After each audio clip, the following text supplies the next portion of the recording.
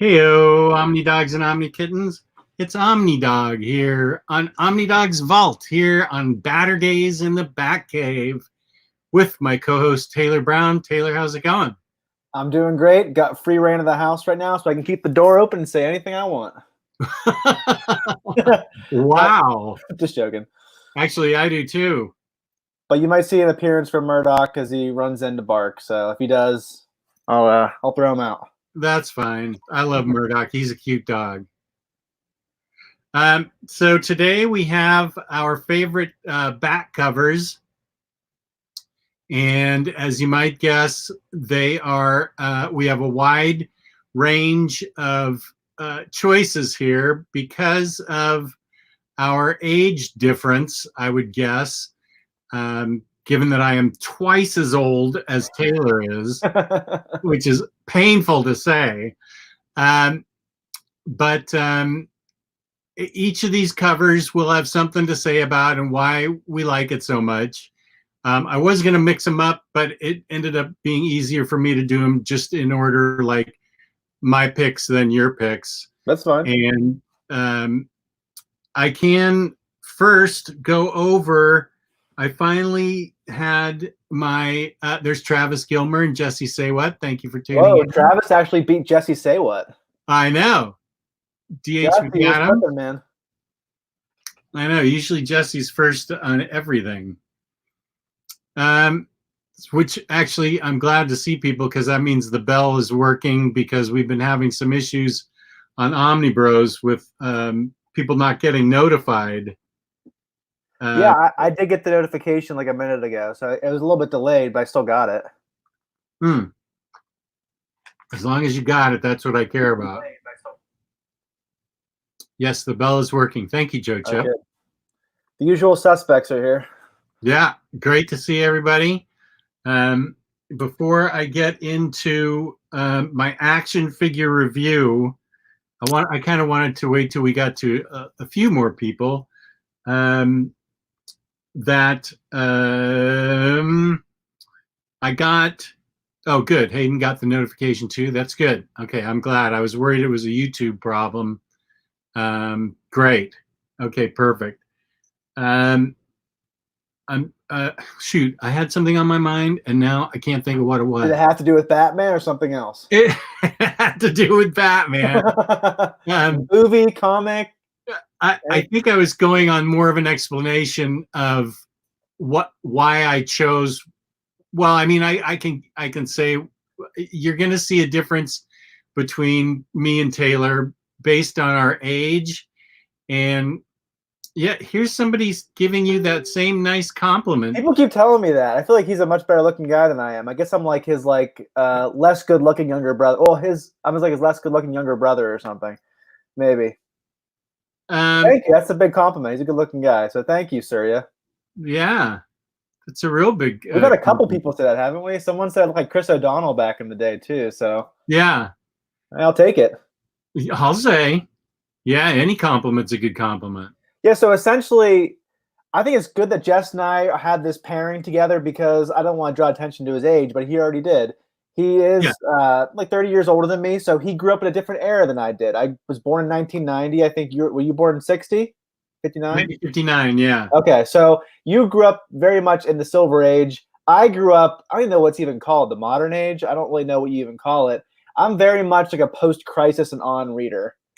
So that's really going to be reflected in my choices. I'm more of a modern guy. I have a couple 80s choices in there, but a lot of 2000s. The 90s for me wasn't my favorite either. So I'm just more of a modern guy. That's just more of my taste. So I'm really glad that Jess and I both have different tastes, because this will make the covers more interesting. Yeah, and Taylor did pick a couple of covers that I was going to pick too, so I'll just chime in when we show them. They are, Jess is still a child. Thank you. I'll take that as a compliment. Like yesterday, Jess was saying that he feels very much like an adult right now because he had a lot of adulting this week. And I said, you spent all day yesterday watching a cartoon, so you're still like a child. I binged Castlevania yesterday, and it was awesome. You pointed out that it was an adult cartoon, so. Well, yeah. But 8 episodes is a lot for me to watch. And you're not normally a binger. You're usually like a 1 episode a day kind of guy. Yeah, but I had time and I went nuts on it, and it was great. Hayden McGee has a question that we were actually talking about last night via text. Okay. I'm pretty sure that Jess and I are both going to stick with our Super Sons Omnis as is. Is anyone going to double dip on the new Super Sons Omni reprint? Because it's going to have the 12 extra issues of the Adventures of the Super Sons. I don't think I'm going to get a totally new omnibus. I might just pick up the paperbacks. I picked up the paperbacks, so I'm fine. I love that book. I totally encourage everybody to read it, but I'm not going to buy it for books that I already have. Yeah, I mean, if you don't have it already, definitely get it. If you're one of those people who's a completionist like Riley or Omar, go ahead and get the Omni. If you already have the other one, I think you're going to have a hard time selling it. So that would be my only hindrance to buying it again, is I already have it. It'd be hard to sell the one without the extra issues in it. So I'm just going to stick with the Omni as is. Yeah. Here is a compliment for you. With an awful picture of me. What am I doing? That's the best one so far. Oh Tim, what are you doing to me, man? I'm pretty Taylor sure me and Chat Omnidog really got this ball rolling because he has you as his avatar, and I started snapping pictures of you that were unflattering during the videos. So yeah, me and Chat Omnidog have created a monster that's gone out of control. Taylor got a post giving you thanks for Batman by Azzarello and Rizzo. Yeah, I think Tim was thanking both of us for giving him the recommendation of buying that book, and I said, "Don't thank me until you read it and liked it." But I think he liked it. I think it means he likes it then. Yeah, well, I like that book a lot. I never want people to thank me until they actually read the book and like it, because that could be awkward otherwise. Yeah, well, that's true. But I will take a compliment wherever I can get it. So that's true. I'm very happy with that. So, Chess, going back to your Silver Age choices, how often do you think you go back and read Silver Age books? I don't see you talk about them a lot, but you don't talk about every book that you read. How often do you think you like dust off the Silver Age books that you have? Well, that's a good question because not a lot of them have been collected. Like Batman and Superman haven't been collected in Silver Age. Oh, because the Golden Age is they just finished the Golden Age for Batman, didn't they? All those Omnis. They're going to this year, I think, with Volume 8, and I think they're finishing this year with Superman. So we haven't even gotten into the Silver Age, and I will definitely Silver and early Bronze are what I'm really interested in for both those characters. I do definitely go back and reread Flash Silver Age, which is some of my favorite Silver Age comics. I like the Green Lantern Silver Age and Justice League of America Silver Age. And of course, the Death of Therolab. Of course, that's in Legion of Superheroes, which I also like. And Supergirl has 2 Omnis out, and she's very Silver Age, and so I like both of those. What's that book you bought 2 years ago because you and Lou were looking it up? That bouncing fat kid. Oh, what was that called again? Herbie Potnecker. Yeah, I haven't even read that yet. I don't. Do you think you'll ever read it? Sorry? You think you'll ever read that? Oh yeah. Okay, I definitely want to see a review of it. I want to read it and make a video out of it. All right, good. I definitely want to read. I want to hear more about that. Even though I probably won't read it, I think that'd be an entertaining video. I think that has a very tiny window of people that it appeals to. He has a different name too. It's like he's called something. Herbie Potnecker. Popnecker, yeah. Herbie Popnecker. That's hilarious. I definitely want to see a video about that. Oh, it's called the Fat Fury. That's what it is. Herbie Popnecker, the Fat Fury. Yeah. That has to be a video in the near future. So it sounds like you go back to some certain runs. But well, the ones that are available, like Doom Patrol and Adam Strange, they've been made into Silver Age videos, which I'm grateful for. I don't often go back to the original Suicide Squad, but I do go back a lot to especially Supergirl and Legion of Superheroes. Those were 2 of my favorite runs as a kid growing up. So whatever's available in omnibus form, there's not I don't see a lot of Silver Age. Well, no, the Bronze Age is only Brave and Bold, so I don't see any Silver Age Brave and Bold or Showcase. Although, if DC actually comes through with the Spectre, you'll get a heavy dose of really good Silver Age Wrath of Spectre with that omnibus. And that's some really good Silver Age stuff. And a lot of your Silver Age single issues are in slabs, right? Or a decent amount of them are. Some of the key ones. The key ones are, but yeah, my other collection, just the rest of it I sold off. Oh, okay. The ones that weren't too valuable. Yeah, or the ones, yeah, I kept mostly keys to sell to fund my health insurance, which was the major part of my adulting nightmare this week. As one meme said that I saw earlier today, this week has been the longest year. You know, it wasn't bad enough with everything else that's going on. I don't want to mention what's going on because YouTube will clip out your video if you talk about it. Right. But we all know what's going on.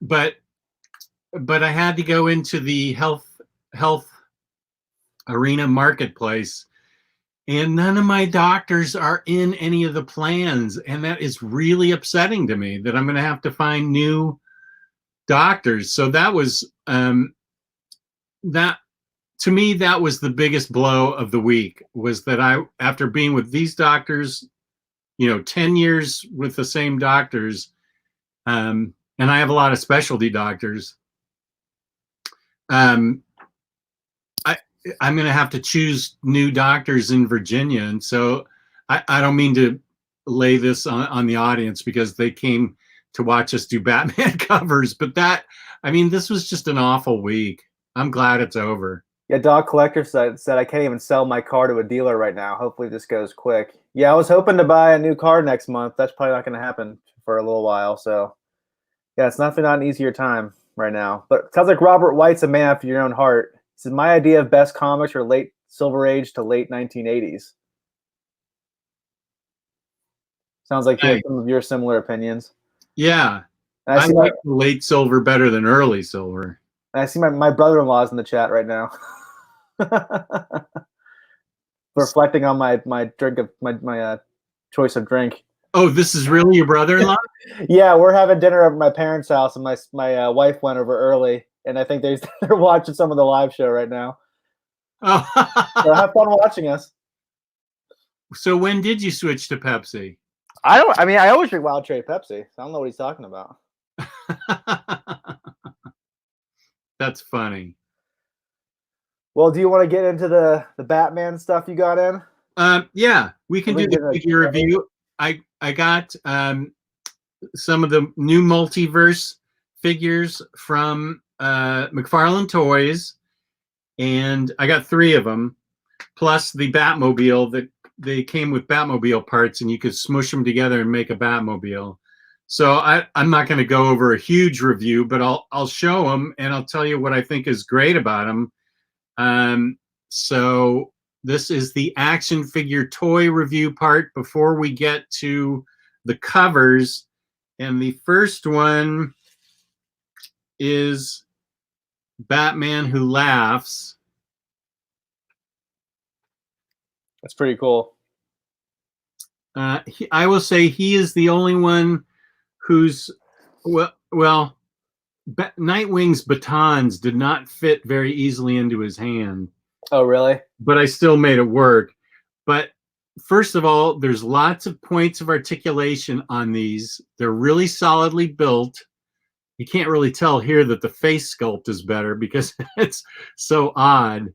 But the key thing is they come with a stand, and that is a big deal to an action figure person because 1, they're always falling over, and 2, you can't really pose them in interesting poses without either wiring them up or, well, that's really the only solution. But this is a really cool figure, very substantial. I like all the points of articulation, and I like how his face looks. and I dig this. And here's the one you've been waiting for, Nightwing. Yes, we can geek them here. Yeah, Weekend Geekdom's right. The figures even have collectible cards, which I forgot to bring down with me. They each come with their own collectible card. Now here I posed, this is not the best pose, but it's just a pose that I gave him to show you that he can actually pose. Whereas if he wasn't on a stand, he couldn't do this pose. And that is Nightwing. Now, does his hair actually have blue streaks in it? I guess not. No, it's black. Remember that one picture we saw on their website where it looked like he had blue hair? Yeah. And people really were weird. like, I'm not getting this because he's got blue hair. That must have been like a one-off toy that they made that had that mistake in it. Yeah. I don't know. But as you can see, I can bend his knees and he's just in an action pose because he can actually stand on this stand, which I think is really cool. The face sculpt is much better than it was with Mattel. Still not as good as Hasbro. Nobody is going to come close to beating Hasbro in face sculpts for their Marvel figures. I had a bit of a tough time getting his batons in his hand, but I'm not going to complain. I think this figure looks really cool. And that figure reminds me that I definitely want to do a Nightwing spotlight episode at some point this year because Jess and I need to get more Nightwing under our belts. That's for sure. Maybe that's one we could bring Omar on for. He's a Nightwing expert. Oh yeah, since he dresses up as Nightwing. Right. And here is, I think, my favorite one because her face sculpt is really good. And I haven't got her in a particularly interesting pose, but it's Batgirl. And see, her face sculpt is halfway decent for McFarlane Toys. She's got a big bat across her chest, carrying the bat wing and her grapple gun. Lots of articulation. There's like articulation in her ankles and her knees and her shoulders, her elbows, and her waist. So there's lots of places you can bend and pose her. This might be a fun one to wire up and put in different action fighting poses. We have a couple comments about some of the McFarlane figures. Doc Collector says, I like all the 3 Superman figures. My favorite is the Unchained one. I don't think you got any of the Superman ones, did you? I haven't yet. I have to keep my purchases small right now because I can't afford to have a big Herkin box come in with my wife doing part-time hours. I just got lucky this one came in on a Saturday. Plus it was small, so. And A Week in Geekdom says, McFarlane said they won't be doing more vehicle Build-A-Figures and they will focus more on regular Build-A-Figures. Well, here is as a matter of fact, here is the Batmobile that I put together using these. That's pretty cool. And the wheels move, so it really does move around. And I think this is a pretty good Batmobile. I really like it. Yeah, you kind of would think the Build-A-Figure would be kind of lame, but it actually is pretty cool. Yeah, I actually like this Batmobile. Are the Build-A-Figures usually pretty good quality, or are they kind of lame? From whom? From any company. Do you usually like the Build-A-Figures that you get in general? I could see how they would be like a secondary thought or something, not putting a lot of effort into it. But maybe they actually do put a lot of effort into it. I'll be honest with you. It depends on how hard they are to put together. Okay. Some of Marvel's from 2017 were so hard to put together. They were like pegs that you stuck in holes, and it was really hard to put them together. This year's are a lot easier. I would say the latter half of 2019 and this part of 2020, the Build-A-Figures I've gotten so far are much easier to put together, and that makes them more fun and makes you want to put them on display. I finally gave up on one. I can't remember what one it was. He just would not stay together. I came in every morning and he'd be on the floor losing a leg or losing an arm or something. That is annoying. forget this. I don't care if he's selling for $50 on eBay. He's not making me happy. I'm getting rid of him. So, I haven't made any DC Build-A-Figures, so I don't know the quality. My wife and I had a really hard time putting my son's Batmobile together that he rides around. In. I had to like jam the wheels on. I actually have a picture of him in it. I sent Jess a video the other day. There's him. Wait, let me highlight you. This is a great one, and he had the Batman '89 soundtrack playing. Let me see if I can get that video up. Hold on.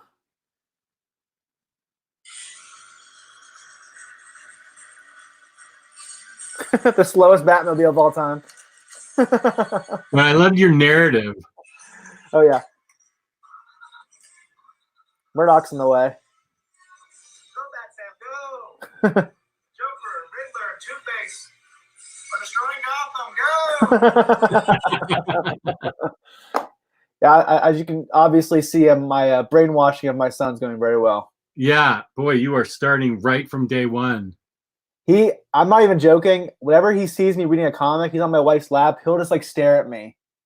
He loved the Batman black and white comics because apparently babies really like black and white. That yeah, they do. That contrast. So he was fixated on those books whenever I read them. I'm like, Sam, these aren't the best Batman comics, but I'm glad you're interested.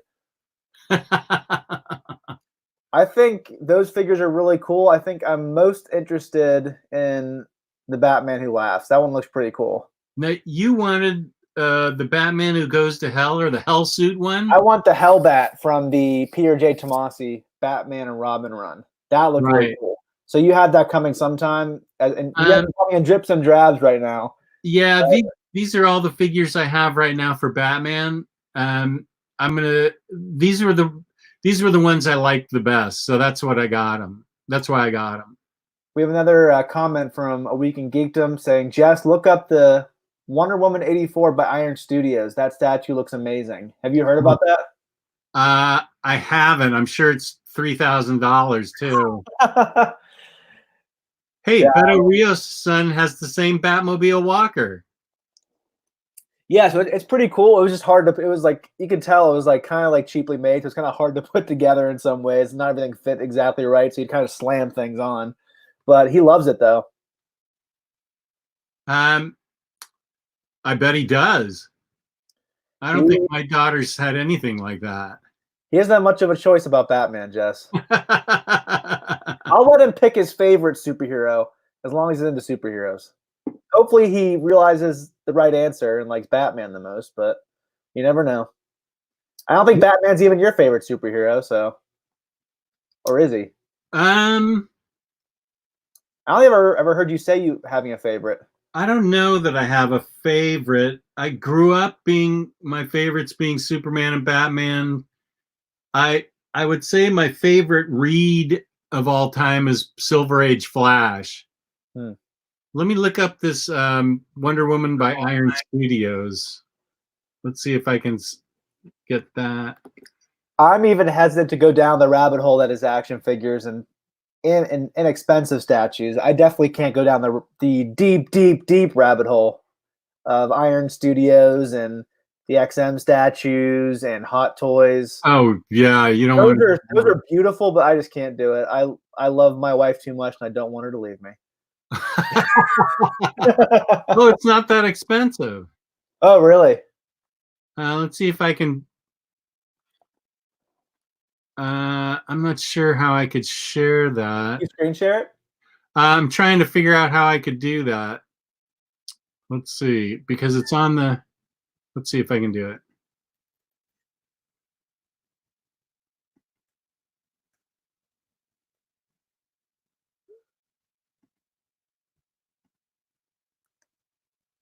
Can you see that? Oh, that is pretty cool. That's kind of like the Wonder Woman suit from Kingdom Come. Right. This is it's what she's going to be wearing in Wonder Woman 84. Did you hear that Warner Brothers was considering just sending Wonder Woman 84 straight to streaming? Ugh, really? Apparently they're not going to do it, but they were talking about it. This is a dicey time for them. for movie studios. How much is this statue? $200. Yeah, that's not. I mean, I won't. It's still too expensive for me, but that's not expensive compared to most statues. No, I thought iron this would be way expensive. Gio, thank you for suggesting we show this. That is a really cool statue. I just don't have the room anymore. Yeah, it started to look less and less likely that we'll be at DC in May to come see your Batcave, but I'm really hoping I can someday. We'll get it done. I'll come down eventually. Maybe for what's the one in the fall? Baltimore Con. Baltimore, yeah. Hopefully that won't be an issue. Oh boy, I hope so too. At this point, I'm still holding out hope, but you never. It's starting to look pretty grim. Yeah. Well, do you want to get into the covers? Sure. Let's see. We'll start with my covers. And Joe Chip, I agree with you. We have the same mindset. I'm not going down the figures rabbit hole so I can keep my money for comics. I definitely feel the same exact way. Okay. This is my first choice, and it's an emotional choice. I first saw this cover. This predates me. This was published before I was born. But I first saw it when I was 13, and I became obsessed with it. The fact that Robin dies at dawn on an alien world, sacrificing his life for Batman. And to me, this cover is one of my all-time favorite covers, and it's back in the 50s when Batman was always going to other planets and stuff. It was a goofy time for Batman, and that goofiness lasted a good chunk of the 60s. I'm the first to admit it. But the drama of this just really appealed to me.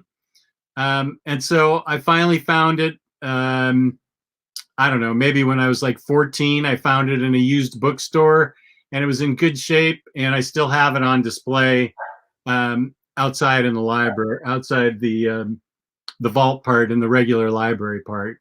So just everything about this was dramatic. And of course, when I was currently reading Batman, Robin was alive and well. And so the thing about some of these covers was they didn't really tell you what was going on inside. They made more of a dramatic cover because he didn't really die at dawn. Excuse my dog who's barking at the mailman right now, but Robin Dies at Dawn does play a role in Grant Morrison's Batman run. Right. And so I really liked how Grant Morrison tried to make the 60s and the 50s be a part of Batman's history. A lot of us try to pretend like it didn't exist because it's kind of goofy and weird, but he kind of was touching upon how Batman was testing out different psychological drugs, different hallucinogens. He was gassed one too many times by the Joker and by the Scarecrow, so him and Robin kind of saw a lot of different stuff. Whenever they punched people, they saw words materialize above them. I really liked how he tried to make it fit into the lore of Batman, into his history. And now that's in the Black Case book, right? Yeah, so I'm sure this issue would be in the Black Case book. I don't own it personally. You could probably speak to that more than I could. I'm assuming it probably is, though. Because the Black Case book is all the old Silver Age issues that tie into Grant Morrison's run. Let's see. Yeah.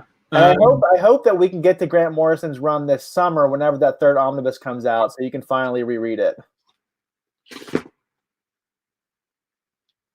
I'm trying not to give Jess too much homework right now because I overloaded him this month. Yeah. Robin Dies at Dawn. You're right. It is in here. Hey, Zach Couchy. He said, hey, I just joined. Thanks for watching, man. Yeah. Robin Dies at Dawn. That is in the Black Case book. And I would say, if you're going to read Grant Morrison's run, you don't have to read the Black Case book because I didn't. Definitely do some research on Wikipedia, though. Definitely look up some stuff on Google about all these different issues so you can enjoy more of the run. I read Grant Morrison's run the first time like 5 years ago when I started getting really hardcore into comics, and it didn't really make a lot of sense to me. I started rereading it last year, and it made so much more sense. It was much more enjoyable. As I always say, Morrison is PhD level Batman. You Yeah. definitely don't start there. You kind of like end there in a way. It definitely means a lot more, and it'll make a lot more sense. Yeah. What's your next cover? Now, I love this cover for its design. I remember buying this cover off the newsstand, and this was the first time I ever saw him mess around with the title, where he's in a battle with Blockbuster. It's an Infantino cover, and I don't recall the story being anything great, but the design, the red, and the Batman being all kinds of stone that the Blockbuster's beating on. I had never seen anything like this before. It was always just, Batman, and they messed around with the title here, and I thought this was visually really appealing. So this has always been one of my favorite covers. And Joe Cool has a comment saying, "These dramatic covers is what I miss in today's comics." These are what I grew up on, and all the Batman covers. I mean, I could do a whole show on just Infantino covers of Batman. They were really dramatic. That's a good comment. They were very dramatic. And a lot of times they're more dramatic than the stories themselves. But yeah, these Batman and Detective covers were more dynamic and more exciting than Superman was, which was their more popular title. But these things were very dramatic, and I just think visually this thing just grabs me with the white Batman and the red background and the Blockbuster being right there. And I forget even how I'm not even sure I remember much of the story. I know I definitely had it as a kid. I think the thing that really captures us as kids, we have certain images that are burned into our brains. Yeah. From comics, from TV shows, from movies. So it's not even like the stories of these books and these TV shows and these movies that captures our imagination and that nostalgia. It's certain images that are just indelibly in our mind. And apparently I think that's why you connect so much to these covers, because they were what you saw the most. Because it's not like you read this comic, maybe you did read it dozens of times, but you probably saw the cover much more than you actually read the actual book. Yeah. That's what stands out to you the most. Yeah. And I mean, this is back when we were getting them off of spinner racks and stuff, and this thing just jumped out at me. The next one, I love this design. I love the purple cover. I love the fact that Batman and Robin are swinging in on ropes and she's just running. I will say that her stiletto heels don't seem very practical. And of course, I've said it a million times, the TV show asked DC Comics to create Batgirl so they could introduce her on the TV show, what's referred to as Batman 66. And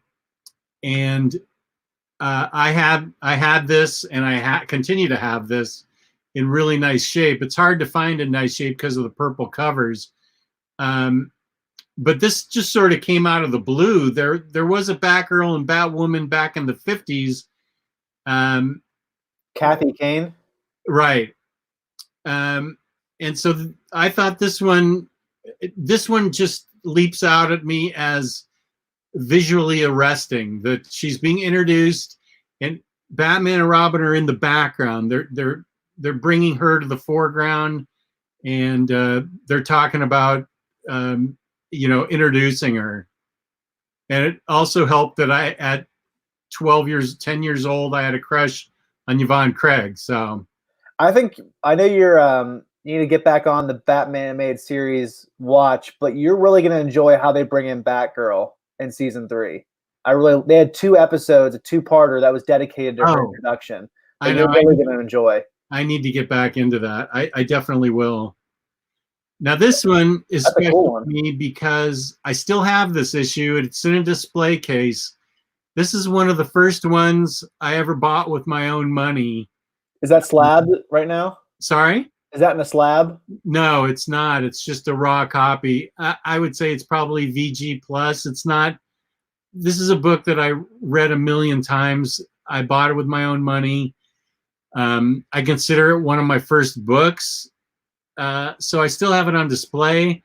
And I just love everything that's going on there. They're getting attacked by all these umbrellas.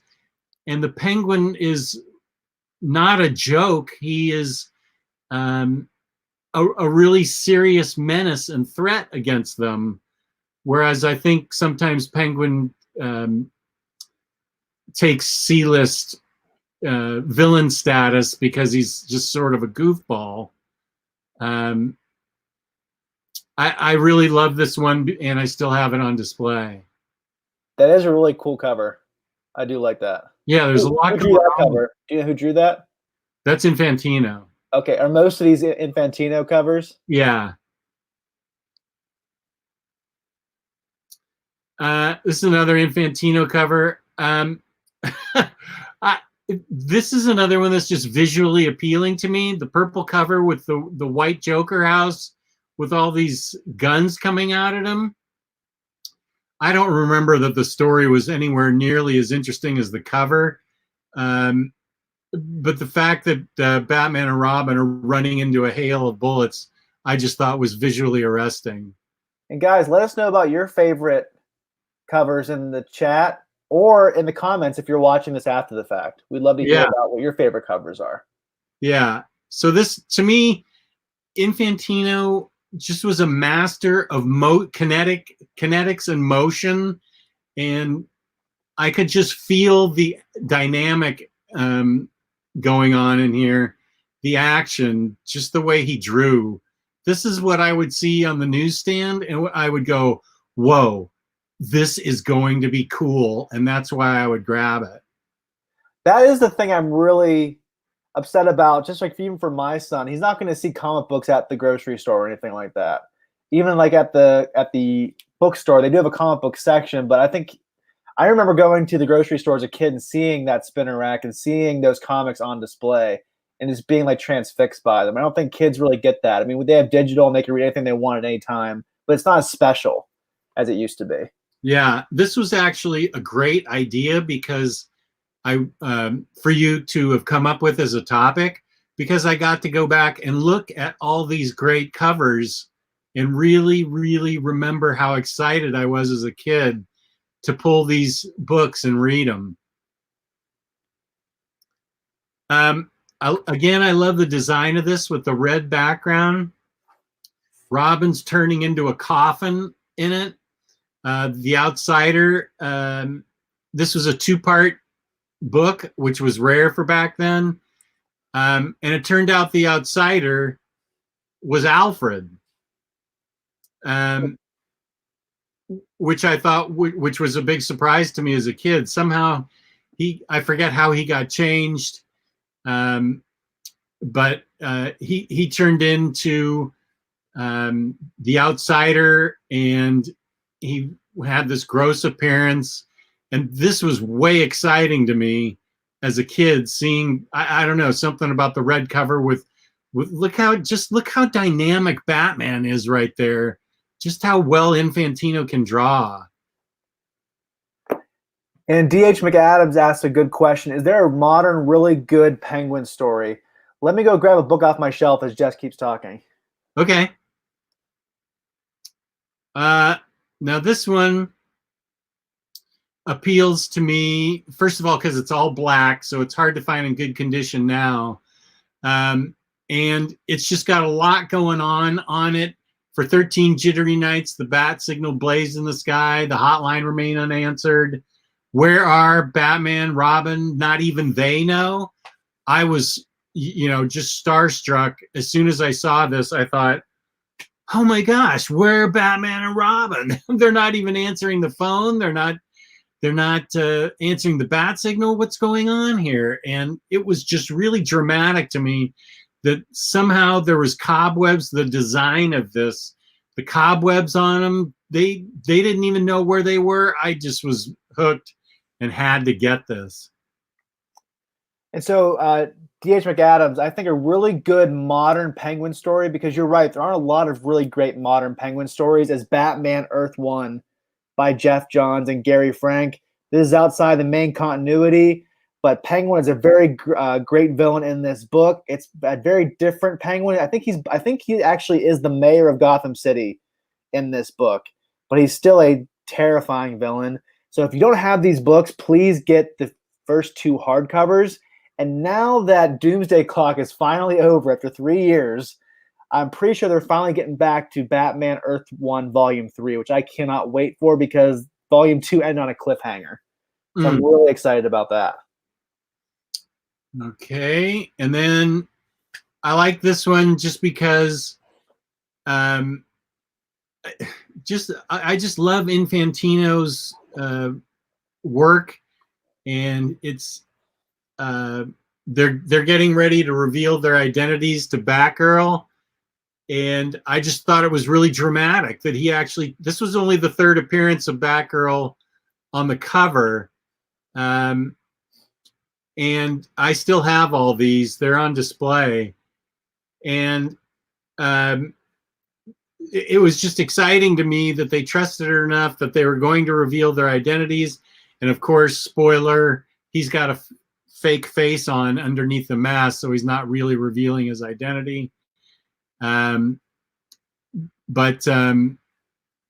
just love any Batgirl cover, really. Would you say that Batgirl is your favorite Batman tertiary character? Back then, I would say, yeah. Maybe even to this point, I still like Batgirl a lot. I've read a lot of runs of her, and actually, no matter who she is, whether it's Barbara Gordon or Stephanie Brown or Cassandra Cain, I've always found Batgirl very interesting. I definitely need to read more Batgirl. I should definitely get that Gail Simone Omni when it comes out. Yeah. This one appealed to me because there's a bunch of stuff going on. Is that the Weather Wizard? Yeah, he's coming out of Flash. As you can see, he's busting out of the pages of Flash, jumping into Detective. It comes to Gotham City to cause trouble for the dynamic duo. And I just love the design quality of this. Another purple cover, hard to find in good condition these days. There's just so much going on in it. And I love the pose on Batman, especially there. I just think Infantino was a master of the dramatic pose. And Infantino at the time was doing covers for Batman and Detective, and then doing the interiors and covers for Flash. And that's where I really developed my love for Infantino.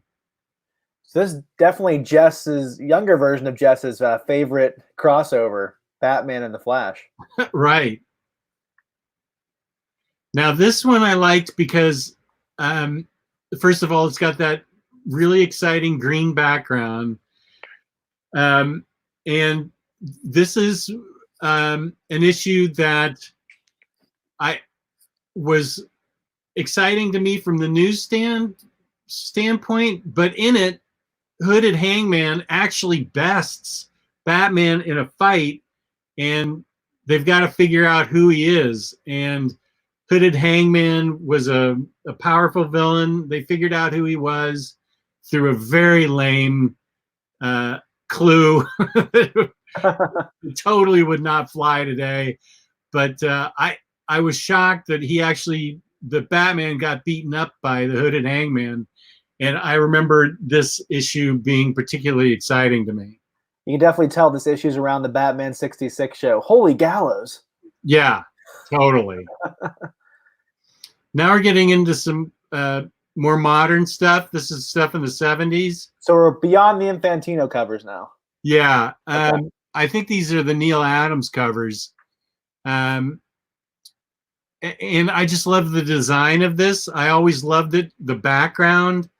The death in the wagon back there, Batman crying that he couldn't save the woman.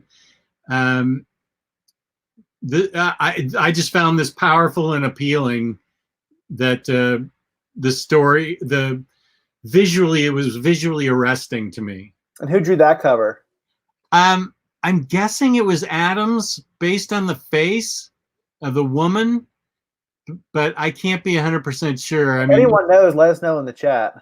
I mean, you could look it up. It's detective number 403. I'll look it up. I'm guessing it was Neil Adams because I think he did all the covers for a while there on Detective and Batman.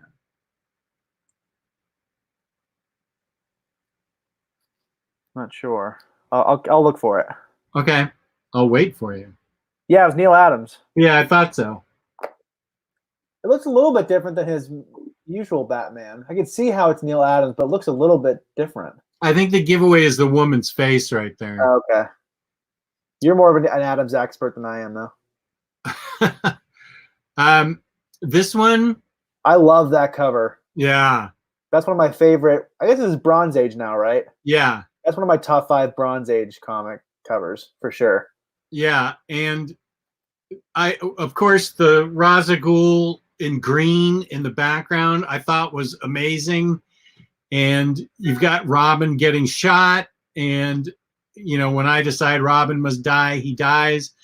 This is back when word balloons were still acceptable on comic book covers, which you don't get anymore. I do miss that sometimes. Sorry? I do miss that. I loved having word balloons on comic book covers. It was almost like a story's being told on the cover. Yeah. Now it's just like a cool image.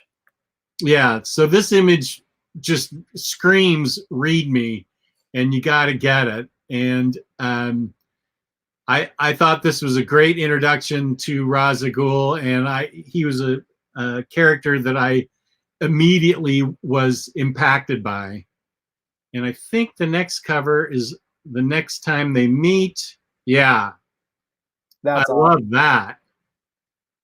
The first time Batman had chest hair. Right. And fighting with his cowl on, but no chestal piece or anything. Another classic Neil Adams cover. I love this thing. The one weird thing is that Ra's al Ghul has his whole costume in his hand, but then he still has his bat pants on. Oh, I never noticed. Sorry to ruin it for you. I just noticed that right now. Yeah, that's right. I ruined Jess's childhood. Sorry. No, you didn't. That's cool. I think that's funny. It's still a great cover, though. Yeah. Let's see. It's so weird seeing 20 cents on a comic book. It's so weird seeing that now. Now it's like $5. Oh, I know.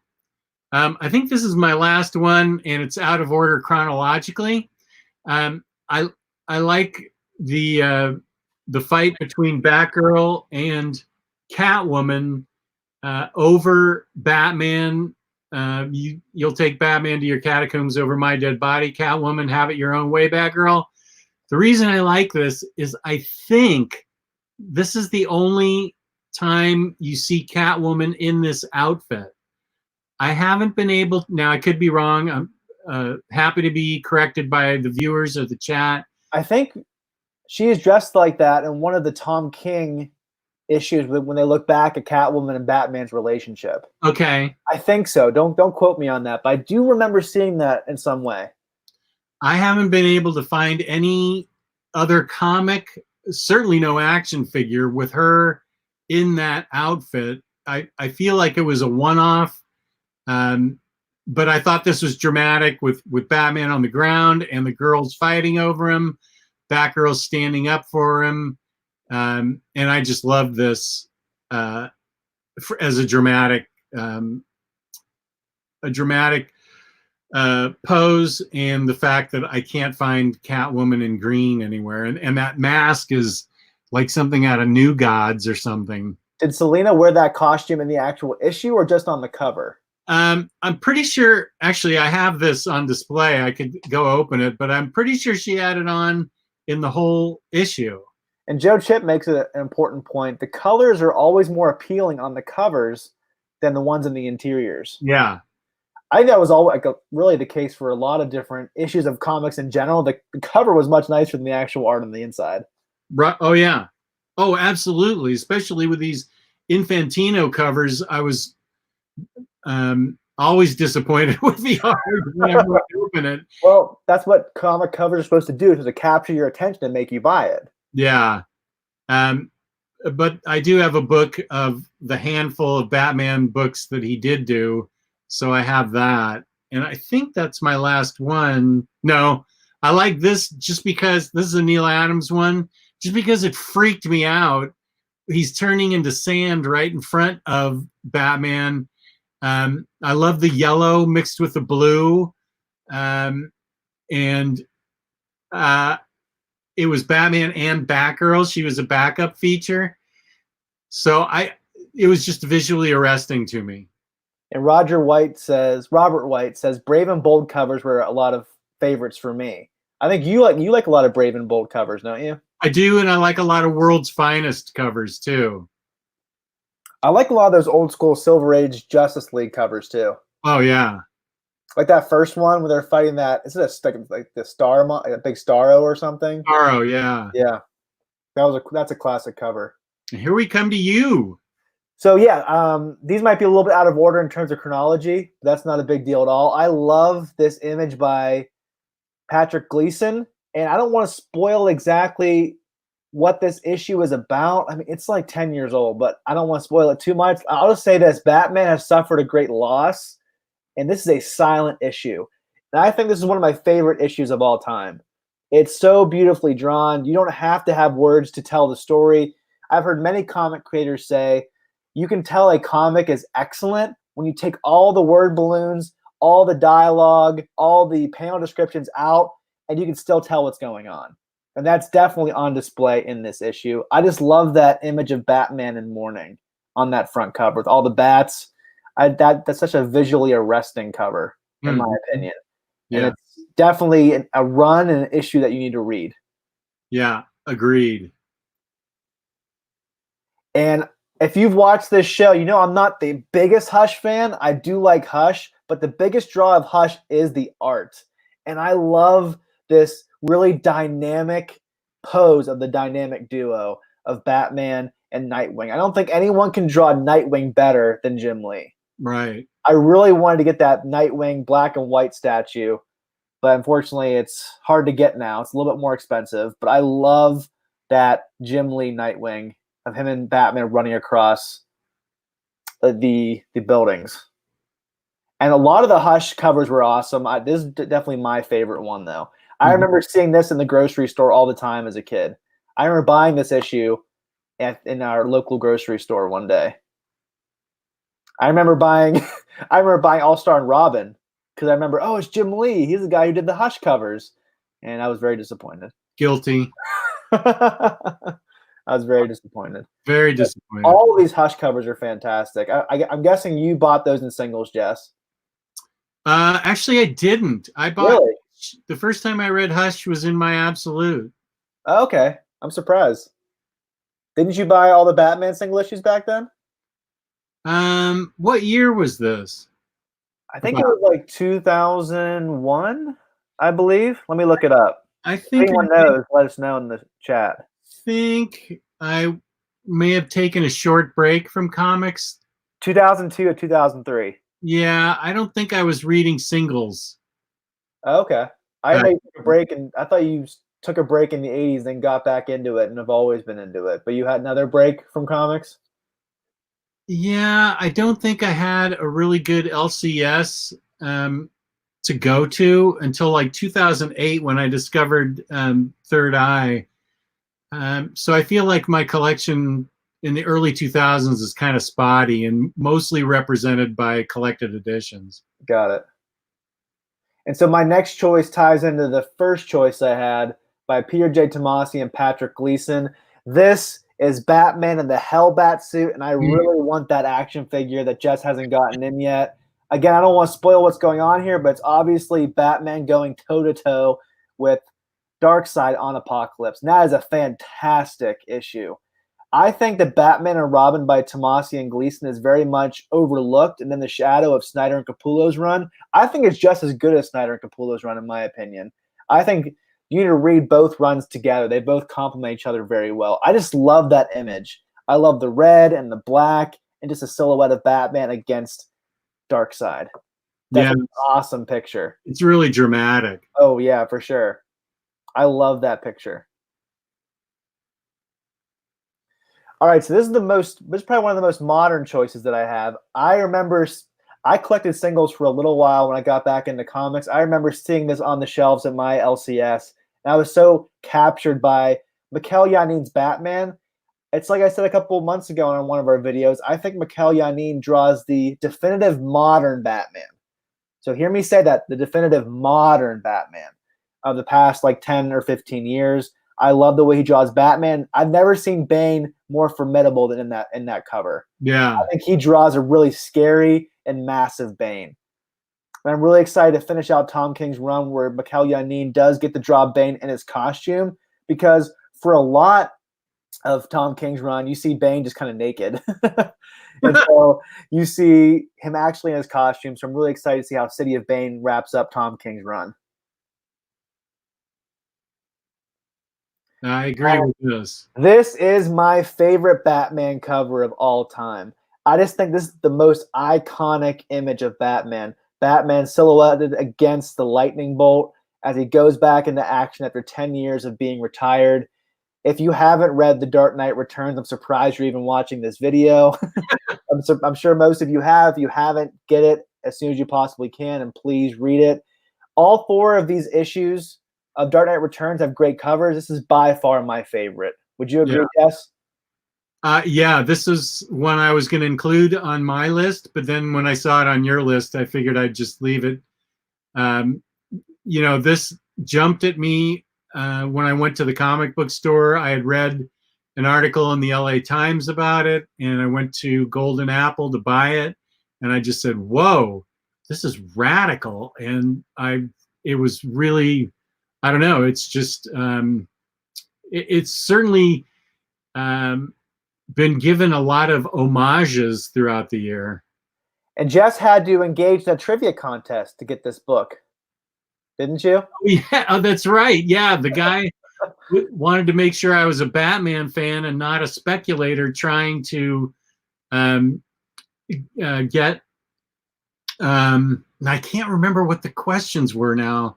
We talked about it in the video a long time ago. Oh, okay. I think we talked about it in our Frank Miller episode. So if you want to learn more about Jess's trivia contest, go back to our Frank Miller episode, which is called The Uneven Legacy of Frank Miller. I think that was our 3rd or 4th episode.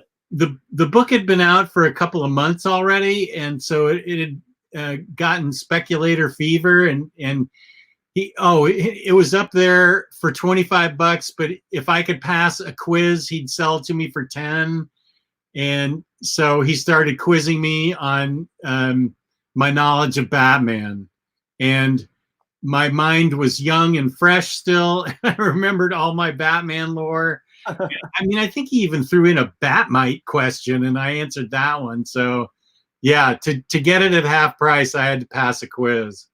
And Ryan Lawson, thank you for the compliment. Good thing I picked up both Snyder's Batman and Tomasi's Batman and Robin run upon your recommendation. Well, I really hope you enjoy it. They're both great runs. And they're definitely more enjoyable when you read them together concurrently, I believe. And We Can Geekdom says, one of my favorite all-time covers, it has to be 700 by David Finch. I'll have to look that up. I can't think of it off the top of my head.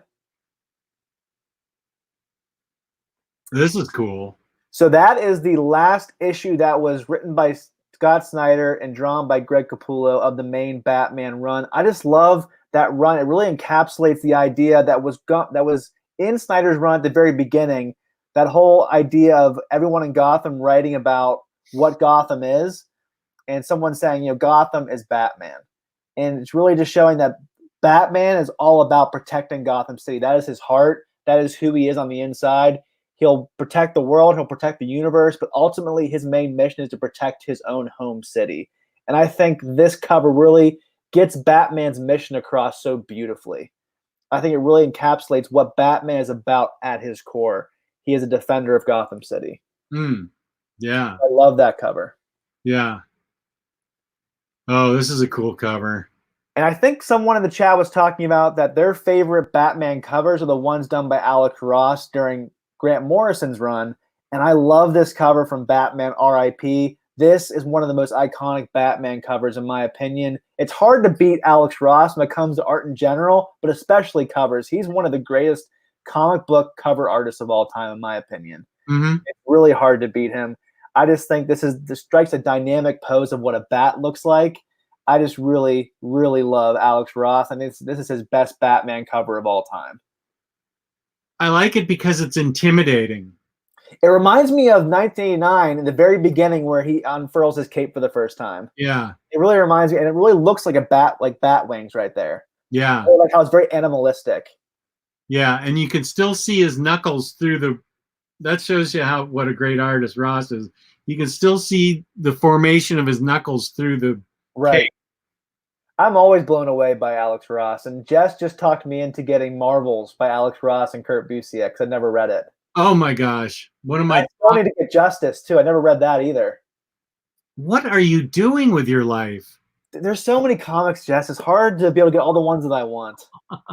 Marvels and Justice are two of my top books ever, but Marvels was super groundbreaking when it came out. All right, Jess, here's the question for you. Should I get Justice or Marvels for my next haul? If I had to pick one. I think you should get Marvels. Okay. Wow, I thought you'd say Justice because Justice is one of your top 11 or 12 books, isn't it? Well, so's Marvels. Okay. Was that in your video, Marvels? Gee, I think so. Maybe it's not. I don't remember. I feel like you'll have to have a 13 now. You have to make a new video.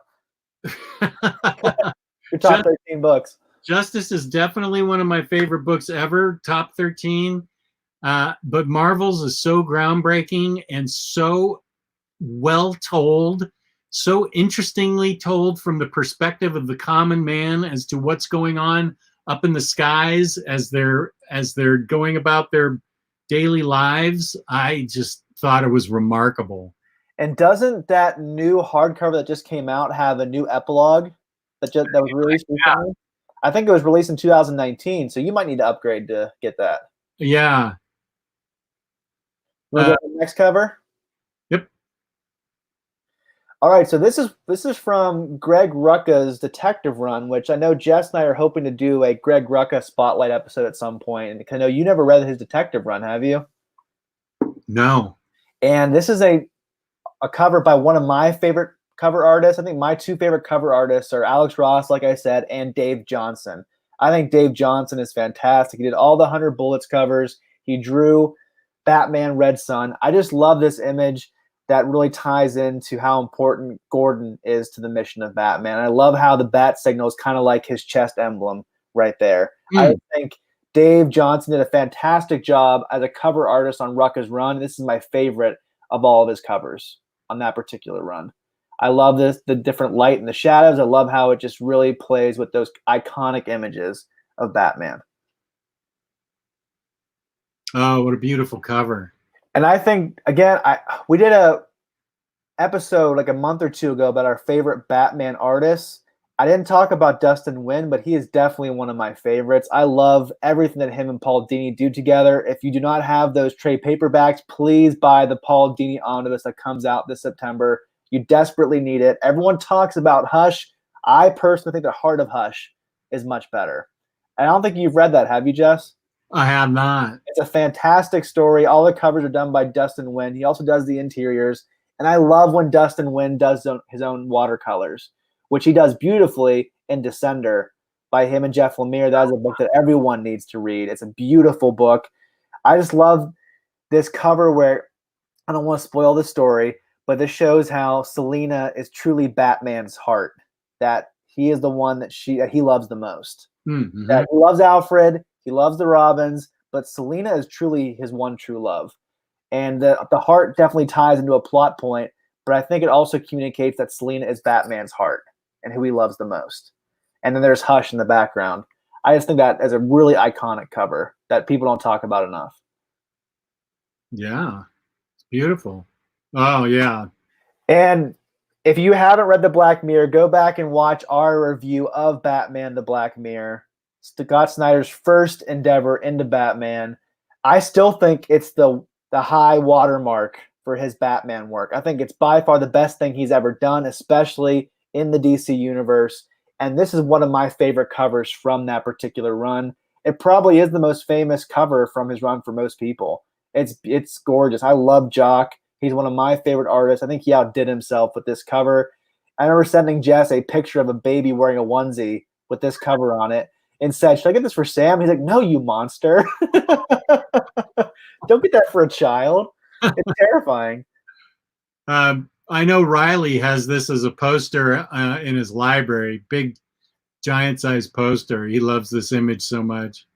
Yeah, so DH, you said you haven't read Heart of Hush yet. If you don't have the Dini stuff, please wait for the Omni. It's going to be well worth it. Well worth the wait. Please buy that and read it. It's a fantastic run. And the next one might be another Black Mirror cover.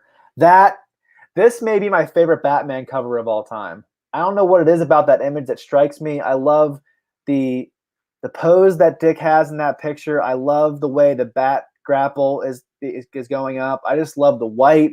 I don't know what it is about that cover. It just really clicks with me on like a primal level. This just ties into why I love Batman so much. I just really love that image. It's really well designed. Very much so. I love how it's very sparse. Yeah. It's on white, just a picture of Batman. I love how Jock can do so much with so little. I'll put it that way. Yeah. All right, so we talked about book 1 of Dark Knight Returns. I also love the 4th issue cover that shows Batman and Superman in their battle against one another, even though Batman doesn't use either of those weapons in the issue. He doesn't have a machine gun or a knife that he fights against Superman with, but I just love what that communicates, because how many times have Batman and Superman ever really fought before then, Jess, that you can remember? For this? Yeah. Whew, gosh, if so, it was in like a World's Finest where they were forced to on a planet where Superman was depowered or something. Nothing real life like this, where Superman had all his powers and Batman's going up against him in a combat suit. Not that I can remember. Was that shocking to you the first time you read it? Oh yeah. Because how many times have they fought since then? Countless number of times. Everyone loves to see them fight, but this is when it really first started, and I personally think this is the best Batman-Superman fight of all time. Yeah. It's beautifully done in the Dark Knight Returns animated movie that Jess needs to watch and add to his list. But Jess doesn't like whenever I get on his back about stuff, so he can watch it whenever he wants. But it's a fantastic rendition. It's much better than the Batman v Superman fight, in my opinion, which wasn't that great for me. Ugh. Let's not even talk about it. Okay, don't. All right, so this is Batman Year One. It's a very sad, depressing cover, but I think it very much sums up why Bruce Wayne does what he does. It shows the darkness that exists within him and what was done to him. And this is what Bruce wants to keep from happening to anyone else in Gotham City. His mission is, I don't want anybody else to experience the pain and heartbreak that I did as an 8-year-old. So I'm going to do whatever I can to fight against crime so nobody else has to experience this darkness that I did. I love these covers by Mazzucchelli. If you watched our favorite Batman artist video, then you know that Mazzucchelli is one of my top 3 favorite Batman artists of all time. And that's impressive because he only drew 4 issues of Batman. I love all these covers, but this is the one that stands out to me the most of all 4 issues. Yeah, it's iconic for a reason. It is amazing to think about what Frank Miller was able to accomplish in just 4 issues in both Year One and Dark Knight Returns. Yeah. And this is my favorite cover of the New 52 run by Greg Capullo and Scott Snyder. I just love how brutal it is. It's definitely not a Comics Code approved cover, that's for sure. This definitely wouldn't have passed back in the 60s. I love the Talons. I love the Court of Owls. And I really think it conveys exactly what happens in that issue. I would love to have that issue signed and have it displayed in my office somewhere. That is such an iconic cover to me. Do you have it? I do not, no. Oh, well, you need to get it for next year's Awesome Con if they show up, or this year's Baltimore Con. I wonder how hard it is to get that issue. Oh, I don't think it's that hard. Number 1's hard, but I don't think... I collected the tail end of their run in single issues, but I sold those to make room and make money for buying collected editions. but I would love to have this cover and just maybe put it on my wall or something. Yeah, It's a fantastic cover. it is beautiful. And if you know my opinion on Batman killing people, I don't like when Batman uses guns or kills people. I think the greatest thing about Batman is that he doesn't find the non-violent way. He finds the non-lethal way to take care of his villains. But this is the Grim Knight, and I love the Grim Knight. I think he's even a more interesting villain than the Batman Who Laughs. The Grim Knight is a Bruce Wayne from another dimension this is him just taking the gun that killed his parents and shooting Joe Chill to death with it. This is a Bruce Wayne who will go to any lengths to kill his enemies. This is just a fantastic cover that shows you what Batman could be like if he was like the Punisher. This is a dark version of Batman. I think it's such a cool rendition of the Grim Knight. Have you ever seen this cover before, Jess, before I show it to you? Isn't that pretty cool? It is. I love that cover. I'd love to have that in my collection as well. Yeah. I need to do what you do and frame some of my favorite issues. Yeah. I think this is the last one of yours. Okay. I tacked on some ones that were visually appealing to me because I wasn't interested in the character at first, but this was a case of where the covers were so cool that I started buying it, and then the story was so cool that I continued to buy it. So I just wanted to show off the covers for it, and that's Batwoman in Detective Comics. I almost picked that. Oh, did you? I love that cover by J.H. Williams. Oh, these were all so interesting and well done. I'm going to show all of them for Rucka's run. I don't need to take up too much time, but I mean, there's so much going on this, and the brilliant use of red in this, I just love it. And I just looked at it I had never read any Batwoman, I don't think, at the time this came out, and I was just compelled to pick this up, and Steve at Third, I said, "Oh yeah, this is a good story," and I go, "Okay." I can't wait for that omnibus to come out. Yeah, this year. I mean, look at all that's going on in these. Look at guys, if you haven't read this run yet, you need to read it. Oh yeah, fantastic. I can't speak to the J.H. Williams solo stuff that he did in the New 52. I've heard good things, but I can definitely speak to the quality of his detective run with Greg Rucka. Yeah, I just love these covers. They were so interesting, and this cover I thought was brilliant. His panel layouts are second to none, in my opinion. Yeah, he can do creative panel layouts like none other. He is able to do such interesting things that you've never seen before, and that's hard to do in comics. It's hard to do something you've never seen before. And I love how he changes up his style for the flashbacks. It's a totally different style for the flashbacks of her life back when she was in the military to what it looks like now as Batwoman. And I really love the choice of having Batwoman appear in the Detective Comics run. That definitely gave her a bigger spotlight. They could have just given her own book, but that wouldn't have gotten the amount of readers that Detective would. So I'm really grateful that that DC actually did that for Batwoman. Yeah, I love this cover too.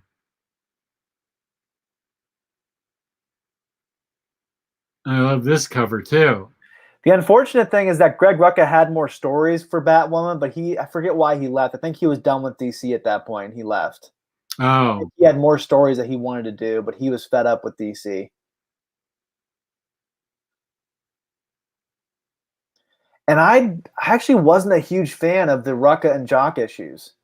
I was surprised because if you know me, you know Jock's one of my favorite Batman artists. I just thought the story wasn't as good as the rest of the run about his stories with J.H. Williams. For some reason, it just didn't click with me.